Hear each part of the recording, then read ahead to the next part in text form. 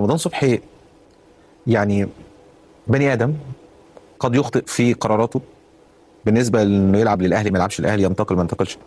لكن انا شايف ان في اغتيال معنوي للاعب ده بقاله اكتر من سنتين ثلاثه. قال المعلومه امبارح، اعتقد كابتن احمد شوبير اللي قالها. هو قال حدوته، يعني ما حدوته يعني رمضان صبحي كان بيتقال عليه حدوته.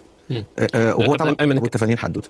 فنمره اتنين، انا عايز اسالك سؤال وتكون صريح جدا معايا ومع المشاهدين. لو حسين الشحات او فتوح واحد فيهم، لانه اتقال اساميهم على فكره ان هم اللي واخدين المنشطات، هل هيكون دمهم مستباح ولا هنلاقي جزء كبير بيستطيع ان هو يدافع عن ياما اتقال قبل كده عن لعيبه. الشريف اكرامي كان لسه بيتقال عليه كان دمه مستباح برضه، وبعد كده طلع الموضوع في شنك ومفيش حاجه.